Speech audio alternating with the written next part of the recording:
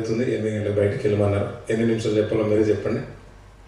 పిల్లగా సమయం వృధా చేయడం నాకు ఇష్టం లేదు. దయచేసి పరిశుద్ధ గ్రంథం కొత్త నిబంధన గ్రంథం నుంచి 15వ అధ్యాయం కొరింథీయులకు రాసిన పత్రిక 15వ అధ్యాయం మొదటి కొరింథీయులకు రాసిన పత్రిక 15వ అధ్యాయం 54వ వచనం నుంచి కొన్ని మాటలు మనం చూద్దాం. పిల్లగా ఈ క్షయమైనది అక్షయతను ధరించుకున్నప్పుడు, ఈ మర్త్యమైనది అమర్త్యతను ధరించుకున్నప్పుడు విషయమందు మరణము మృంగివేయబడినని వ్రాయబడిన వాక్యము నెరవేరును. ఓ మరణమా నీ విషయం ఎక్కడ? ఓ మరణమా నీ ముల్లెక్కడ? సరిపోతుంది పిల్లలు. అప్పుడప్పుడు పిల్లలు బైబిల్ గ్రంథంలో కొన్ని విషయాలు ఉంటూ ఉంటాయి. సెటారికల్ లాంగ్వేజ్ కూడా మనకు కనబడుతూ ఉంటుంది. నువ్వు దానియల్ కంటే గొప్పడుగులే అని పరిశుద్ధంలో మనం వింటూ ఉంటాం. అవును నువ్వు మేఘమండలం నువ్వు ఎక్కిన వాడవు నువ్వు అన్నట్టుగా పోడుతుంటే, అవును నేను ఎక్కేసాను నా దానియల్ కంటే ఎక్కువ జ్ఞానం ఉందని కాదు కదా అక్కడ. అంటే మనం కూడా అప్పుడప్పుడు అంటుంటాం కదా, కొంతమంది మనం అప్పుడు లోకపరంగా మాట్లాడుతున్న మాట ఎగిసెగిసి పడుతున్నప్పుడు సడన్గా కూలిపోయారు అనుకోండి, పిల్లలు కానీ పరిగెత్తుకుంటూ ఉన్నారు, వినట్లేదు మన మానాట, పరిగెత్తు వచ్చి పడిపోయారు అనుకోండి, అప్పుడు అంటూ ఉంటాం ఏం దొరికిందిరా ఇంకెళ్ళు అన్నట్టుగా మనకు కావాల్సింది ఏదో ఇస్తూ, అంటే మనకు కూడా కౌంటర్ ఇవ్వడం మనకు బాగా తెలుసు పిల్లరా. కానీ పౌలు గారు అంటున్నారు పిల్లరా, ఎప్పుడైనా కానీ ఇలాంటి కోణంలో మనం కూడా ఆలోచించాలని చెప్తున్నారు పిల్లరా. ఇక్కడ పౌలు గారు మాట చూడండి పిల్లరా, విషయమందు మరణము మృంగివేయబడినని అని వ్రాయబడిన వాక్యం నెరవేరును. ఓ మరణమా నీ విషయం ఎక్కడ? ఎవరితో మాట్లాడుతున్నారు ఆయన? మరణంతో మాట్లాడుతున్నారు. మరణంతో పౌలు గారు మాట్లాడుతున్నారు. ఎలా మాట్లాడుతున్నారు? సెటారికల్ గా మాట్లాడుతున్నారు, కౌంటర్ ఇచ్చినట్టు మాట్లాడుతున్నాడు, హేళన చేసినట్టు మాట్లాడుతున్నాడు. ఇంతకాలం నువ్వు ఎగిసెగిసి పడ్డావు కదా నువ్వు మరణం గురించి.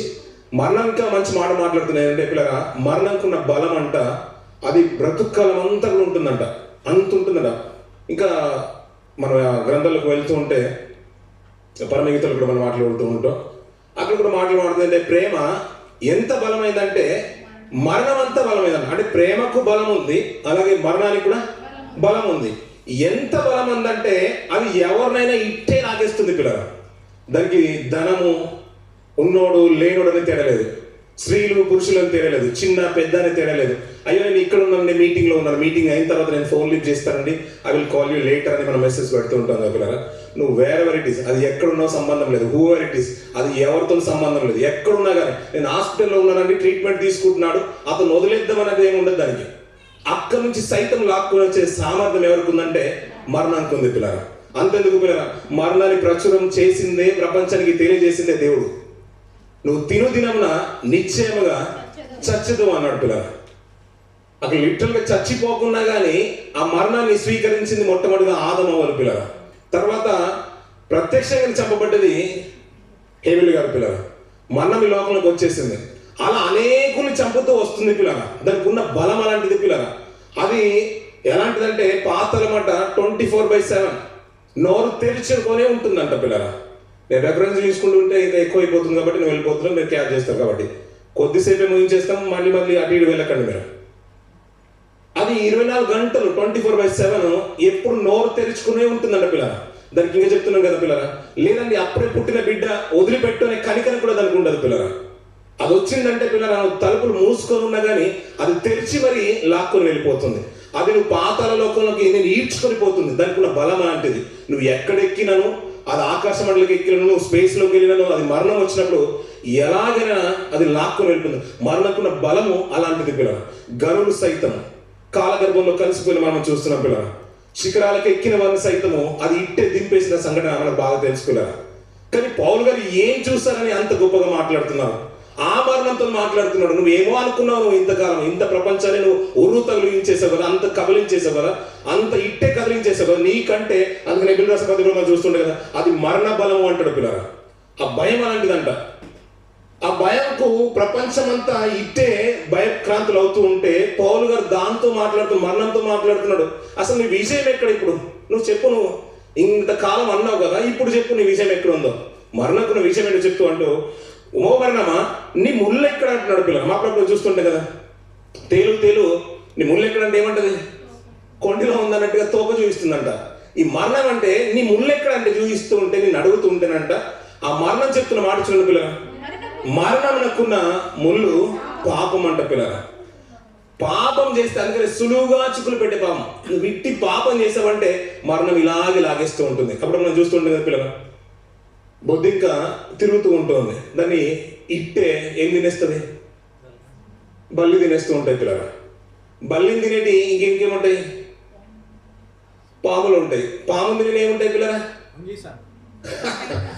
మనం ఇప్పుడు బల్లు తీసినప్పుడు పిల్లికి ఎలుక కూడా భయమే ఉంటుంది. ఎలుకకు పిల్లి అంటే భయం ఉంటుంది, పిల్లికి ఇలా కుక్క అంటే భయం ఉంటుంది, కుక్కకు మనిషి అంటే భయం ఉంటుంది, మనిషికి అని ఒక ఎగ్జాంపుల్ మనం అప్పుడప్పుడు రీల్స్ చూస్తూ ఉంటాం కదా పిల్లలు, సోషల్ మీడియాలో చూస్తూ ఉంటాం కదా.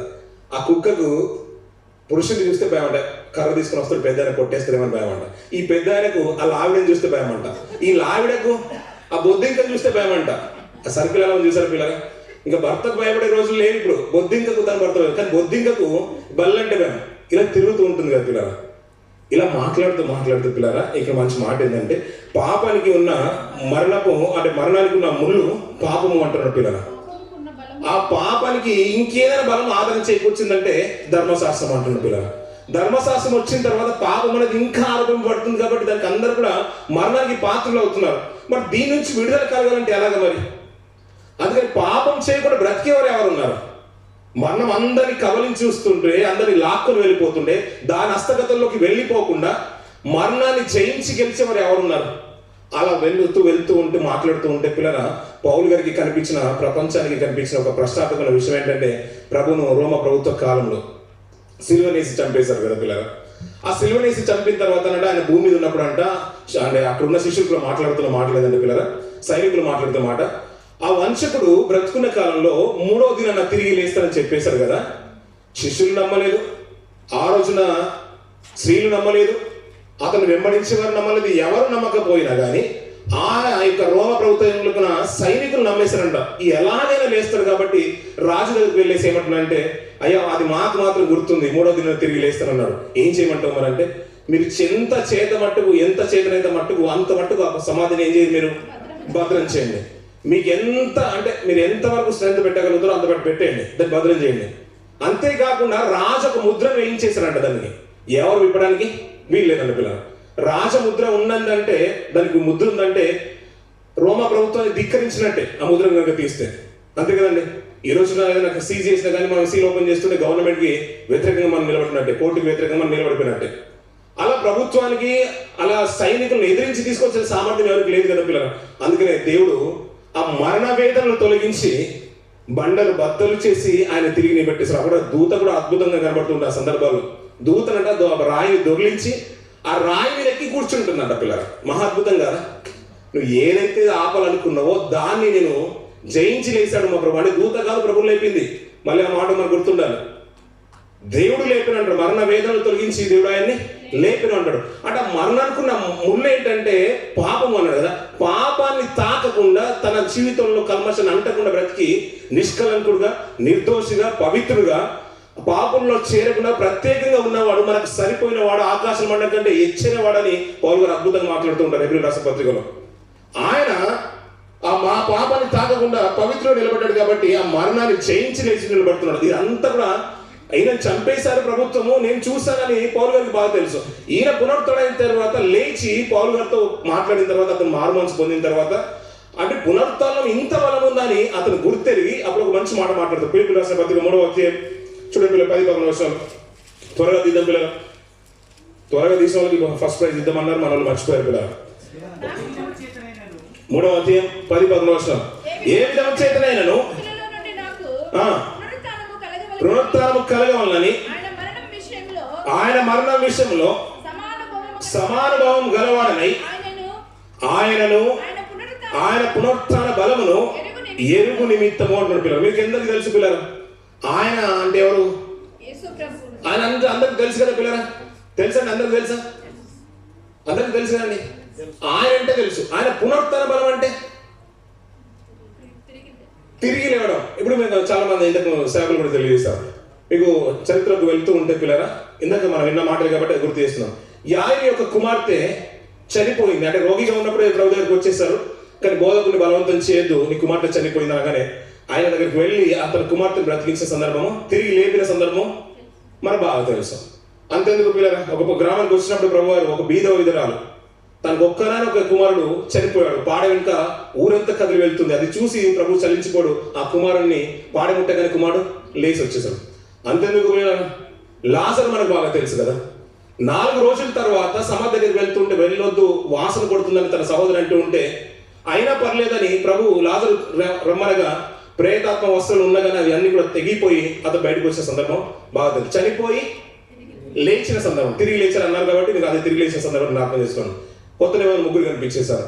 పాత నిబంధనలకు వెళ్తూ ఉండే పిల్లలు రాజుల గ్రంథంలో 2వ రాజుల గ్రంథం 4వ అధ్యాయం కనబడుతుంది. అలాగే 14వ అధ్యాయంలో మనకు కొన్ని విషయాలు మనకు కనబడుతూ ఉంటాయి. అక్కడ పిల్లరా ఎలీషా గారు ఒక షూనేమిరాలు అనే గనురాల దగ్గరికి వెళ్తూ ఉంటాడు. అతనికి కుమారుడు లేదు. కుమారుడు కావాలని ఆశపడ్డాడు, కుమారుని ఇచ్చేసాడు. చివరికి బిడ్డ చనిపోతాడు. పిల్లలు దండాన్ని పంపిస్తాడు, గేసి వెళ్తాడు, ముట్టగానే స్వస్థత కలగదు. పిల్లలు ఎలీషా గారు వెళ్ళి ఆ కుమారుని ప్రార్థించి కుమారుని బ్రతికించినట్టుగా మనకు బాగా తెలుసు, తిరిగి లేపినట్టుగా మనకు బాగా తెలుసు. ఎలీషా గారు చనిపోయిన తర్వాత తన శల్యముల్ని భూమిలో పాతి పెట్టిన తర్వాత, ఎముకల్ని పాతి పెట్టిన తర్వాత, అదే సమయం పరిసర ప్రాంతాల్లో యుద్ధం జరుగుతుంది కాబట్టి ఒక సైనికుడి శవాన్ని తీసుకొచ్చి, ఎవరో సైనికుడు తీసుకొచ్చి అక్కడ పెడుతుంటే తన శల్యములు తగిలి, ఎలీషా గారి యొక్క శల్యములు తగిలి ఆ సైనికుడి యొక్క ప్రాణము తిరిగి బ్రతికించింది. పిల్లలు అది పునరుత్థానం కాదంటారా? కాదంటారా? ఎందుకు కాదు పిల్లలు? తిరిగి లేవడమే పునరుత్థానం కదా. ఇప్పుడు యేసుక్రీస్తు తిరిగి లేచారా లేవలేదా? ఇది పునరుత్థానమేనా? మరి అదెందుకు కాదు? మళ్ళా చనిపోయారు. మంచి మాట అన్నారు పిల్లలు. అంటే మళ్ళా చనిపోయేది పునరుత్థానం కాదంటారా?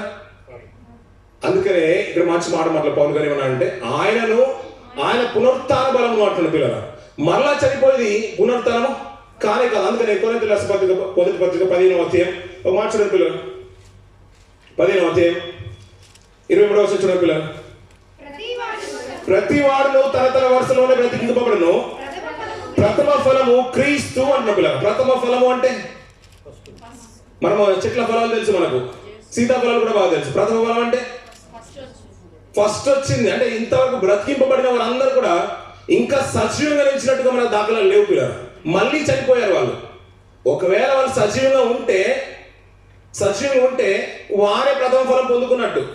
ఆ రోజు బ్రతికింపబడిన వారు అందరూ కూడా చనిపోబడ్డారు. కానీ క్రీస్తు చనిపోయి తిరిగి లేచిన వాళ్ళు ప్రథమ ఫలం అంటాను, మొట్టమొదటి వాడు అంటాను. అందుకని ప్రకటన గ్రంథంలో మంచి మాట పడుతుంది, నేను మృతుడనైతిని గాని ఏమంటానండి, మృతుడనైతిని గాని మర్చిపోయేదా సజీవుడను. ఇదిగో యుగ యుగంల వరకు నేను ఎలా ఉంటానంట, మొదటి వాడను కడపటి వాడను అంటాడు పిల్లలు. నేనే మొదటి వాడను కడపటి వాడను. ఒకప్పుడు నేను చనిపోయినచ్చు కానీ ఇప్పుడు నేను సజీవుని అంటాడు పిల్లలు. ఇంకా మళ్ళీ మరణం అంటూ నన్ను ఏలేదు. పునరుత్థానం అంటే అది పిల్లలు. చనిపోయిన వారు తిరిగి బ్రతికింపబడితే మళ్ళీ మరణం వారి మీద ఏలనివ్వదు పిల్లలు.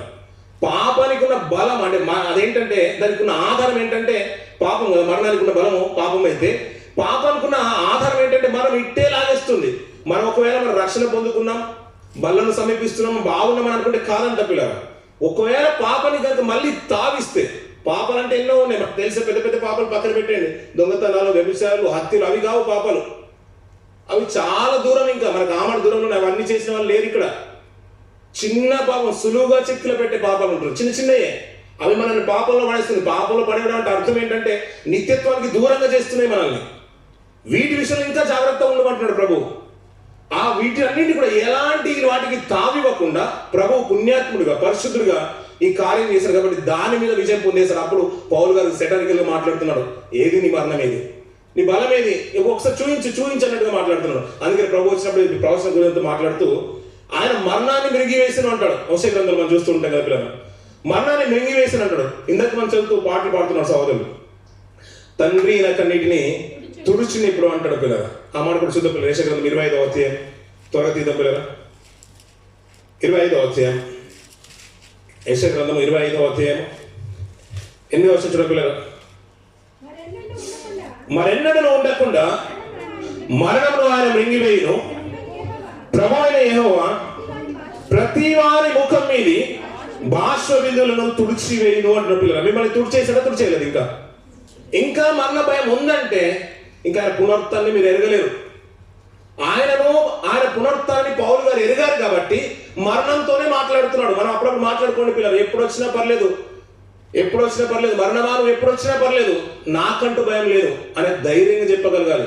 ఎందుకంటే అతను ఆలోచించింది, అతను ఊహ వెనుకాల ఉన్నంతా నాతో పాటు ప్రభు ఉన్నాడు. ఎందుకంటే నేను పాపానికి నేను అవకాశం ఇవ్వట్లేదు. ఆయన భయం ఏంటంటే, శిష్యుల భయం ఏంటంటే, అక్కడ ఉన్న ఆదిమ సంఘంలో ఉన్న విశ్వాసుల భయం ఏంటంటే, పాపం ఎక్కడ మా మీద ప్రభుత్వం చేస్తుందని భయము. మరణం కోసం భయపడలేదు పిల్లలు, వాళ్ళు మరణం కోసం భయపడలేదు. ఒక మంచి ఉదాహరణ చెప్తాను పిల్లలు, అద్భుతమైన మాట.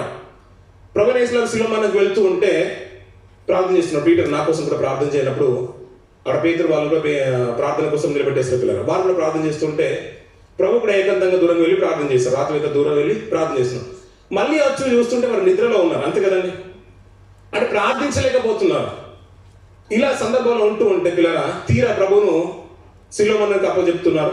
రాత్రి అంతా తిప్పేశారు, కోడలతో కొట్టేశారు, హింసించేశారు, ఉమ్మి వేశారు, పిడిగుద్దులు గుద్దేశారు, హేళన చేస్తున్నారు, ప్రవచించమంటారు, ఎన్నో మాట్లాడారు. ఇవన్నీ కూడా ప్రత్యక్షంగా చూస్తున్నాడు.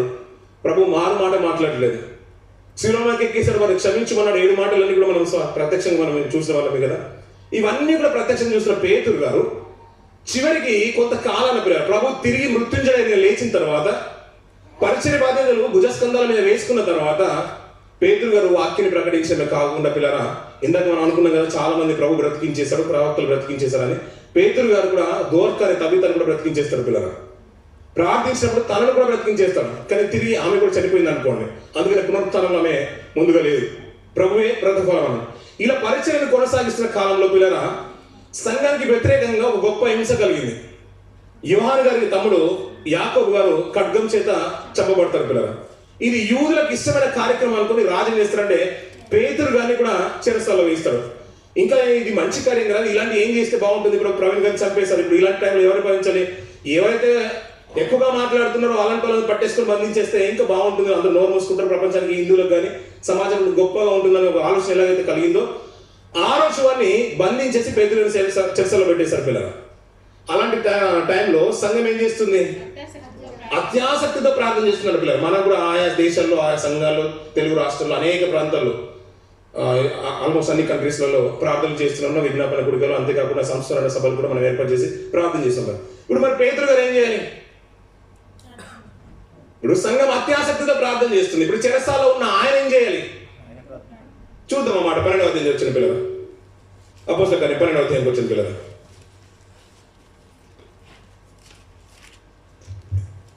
4వ వర్షం నుంచి కొన్ని మాట చూడు పిల్లలు.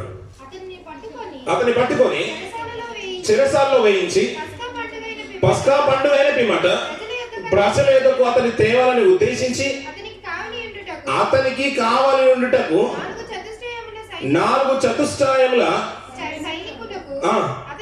అర్థమవుతుంది పిల్లరా. 4 చుట్టూ ఉన్నారు అనుకోండి పిల్లరా. 4 దిక్కులు అతనికి కావాలి ఇస్తున్నారు. కొంతకాలానికి పండుగ రోజులు అతను బయట పెట్టాలని సెక్యూరిటీ ఏముందంటే బలంగా ఉంది అనుకోండి. కింద చూడ పిల్లరా, పేతురు చెరసాలలో ఉండబడెను. సంఘమైతే అతని కొరకు అత్యాసక్తితో దేవునికి ప్రార్థన చేయుచుండెను. హేరోదు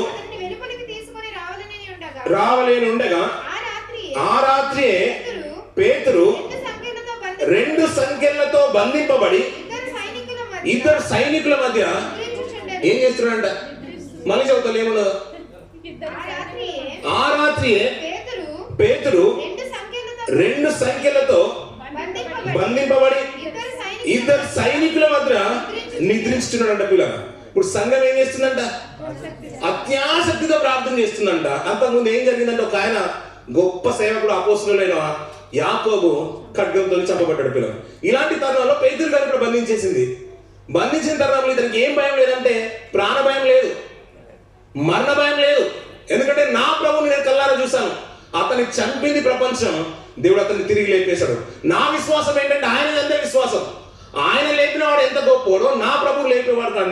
నేను విశ్వసిస్తున్నా నా ప్రభు కూడా అంతే గొప్పవాడు. నాకు మరణ భయం లేదు, నాకు మరణ భయం లేదు. ఎందుకంటే ఆయనను, ఆయన పునరుత్థాన బలాన్ని నేను ఎరిగాను కాబట్టి నాకు కూడా మరణ భయం లేదు అంటున్నాడు పిల్లలు. మీరు ఎంతమంది పునరుత్థాన బలం ఎరిగారు పిల్లలు? పునరుత్థానం అంటే తిరిగి లేవడం కాదు పిల్లలు. ఆయన పాపం చేయకుండా ఈ లోకాన్ని జయించి వెళ్ళేస్తాడు. అందుకనే మరణంతో మాట్లాడుతున్నాడు. నీ ముళ్ళు ఎక్కడ? అసలు నువ్వు ఇంత నీ అడ్రస్ ఏది చెప్పు ఒకసారి, నేను వస్తాను. మా అన్న వచ్చేసాడు రా మాట్లాడదు అన్నట్టుగా ఉంది. లేదు, అలా లేదు పిల్లరా. ఇంతకాలం మాట్లాడేసావు కదా, నన్ను ఎన్నో మాట్లాడేసావు కదా, మా అక్క వచ్చింది మాట్లాడు, ఇప్పుడు మా అక్కతో పోటీకి రా అన్నట్టుగా లేదు పిల్లరా. మా అన్న ఉన్నాడు, మా ప్రభువు ఉన్నాడు, మా వెనకాల మా కాపరి ఉన్నాడు, మా నాయకుడు ఉన్నాడు. నీ మరణమా, నీ దాఖలు ఏమి ఒకసారి చూపించు. పాపం అంటకుండా పవిత్రుడు బ్రతికి లోకాన్ని జయించి వెళ్ళేశాడు కదా, మరణాన్ని మృంగేశాడు. ఇంకా మరణం వస్తుందని కన్నీటితో బాష్పవిందోలు, ఒకవేళ నీ కన్నీటి దార వస్తుంటే దాని గురించి ఇంకా నువ్వు ప్రభువు ప్రత్యక్షంగా నువ్వు చూడలేదు. ఆ మరణాన్ని భావాన్ని నువ్వు గుర్తిరగలేదు. పునరుత్థాన బలం ఏంటో నువ్వు తెలియలేదు. ఆ పునరుత్థాన బలాన్ని కల్లారా చూసిన పేతురు ఏంటంటే తీరగానే సాఫీగా పడుకున్నాడు అంతే. వాళ్ళు తీస్తే ప్రాణమే తీస్తారు. కానీ నా భయం ఏంటంటే పాపం చేయకుండా బ్రతుకుతే చాలు అనుకున్నాడు పిల్లగా. పాపాన్ని దరిదాపులో కూడా రానివ్వలేడు. వాళ్ళంతా హింసించినా, అతన్ని చంపేసినా ఇతను ఈ ఇద్దరు సైనికుల మధ్య ఆయన సుఖంగా పడుకున్నాడు అంతే. నా బాధ, నా చింత అంతా కూడా ఆయన మీద ఉంది అంతే. నాకే వరిలేదు అన్నది. ఆయన పునరుత్థాన బలాన్ని ఎదిగితే అలా ఉంటుంది పిల్లరా. లోకంలో ఎన్నో మరణాలు మనం చూస్తున్నాం పిల్లరా.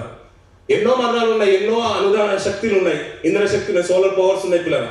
వీటన్ని పవర్స్ ఉన్నాయి కదా. చనిపోయిన వారిని తిరిగి లేపడానికి కొన్ని సంవత్సరాలుగా ప్రయత్నం చేస్తున్నారు పిల్లరా. హ్యూమన్ జీనోమ్ ప్రాజెక్ట్ గురించి మనం వింటూ ఉంటాం పిల్లలు, ఎప్పుడు తరచుగా వింటూ ఉంటాం. ఇంచుమించు 1200 సంవత్సరాలు మంచి బ్రతుకుతారు అనుకుంటారు పిల్లలు. అలా ప్రయత్నాలు చేస్తూనే ఉన్నారు. ఎన్నో ప్రయత్నాలు జరుగుతున్నాయి. చనిపోకుండా కొన్ని మెడిసిన్ తీసుకోవడానికి కానీ, ఆరోగ్యాన్ని కాపాడుకోవడానికి అన్ని విధాల ప్రయత్నాలు జరుగుతున్నాయి పిల్లలు. డిఎన్ఏలో మార్పులు జరుగుతున్నాయి. ఇవన్నీ చూస్తుంటే మనకు అర్థమైందంటే ప్రపంచం ప్రయత్నం చేస్తూ ఉంది, ఆశ్చర్యంగా చూస్తూ ఉంటుంది. అయ్యా, నా ప్రభు వచ్చేసాడు. ఆయన మరణాన్ని జయించి పునరుద్ధరణయ్యాడయ్యా. ఇవి అందరికి ప్రథమ ఫలంగా ఆయన ఉన్నాడు. ఇంకా ఆయన మళ్ళీ మరణానికి తావివ్వలేదు, పునరుత్థానుడుగా నిలబెట్టేశాడు. అందుకని పునరుత్థానమును నేనే అంటున్నాడు. ఇంకా మా మంచి మాట గుర్తించుకున్న పిల్లలను నేను ఉంచేద్దాం పిల్లలు. అప్పుడప్పుడు పిల్లల మంచి మంచి స్కాలర్స్ ఉన్నారు అనుకోండి, సైంటిస్టులు కానీ డాక్టర్స్ కానీ కూడా వాళ్ళు పెడుతూ ఉంటారు కదా పిల్లలు. పలానా డాక్టర్ రాజేష్ గారు, పలానా డాక్టర్ సోహన్ గారు, శశాంక్ గారు, ఇలా డాక్టర్ కానీ ఎంఏ, ఎంబీఎస్, ఎల్ఎల్బి ఇవన్నీ మనకు తగిలిస్తూ ఉంటారు కదా పిల్లలు.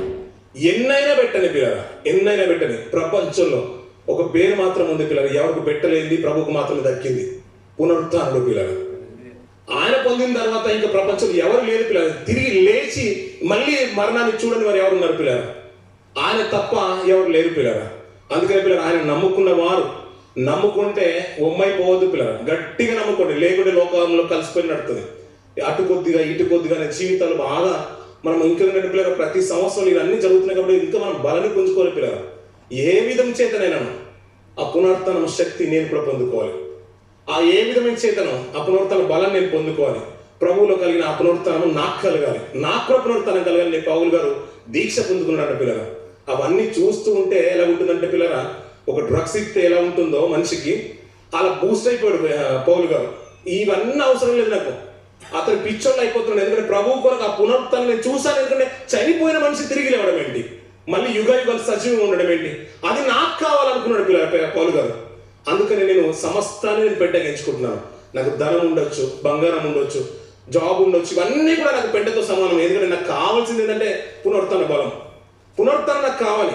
ఇంకా ఏం అవసరం లేదు పిల్లలు, మనకు మంచి పేర్లు అక్కర్లేదు, ధనం అవసరం లేదు. ఇవన్నీ ఈ లోకంలో కావాల్సిన ఉండొచ్చు, కానీ ఒక క్రైస్తవుడిగా కావాల్సింది ఏంటంటే పునరుత్థాన శక్తి, పునరుత్థాన బలం మనకు కావాలి పిల్లలు.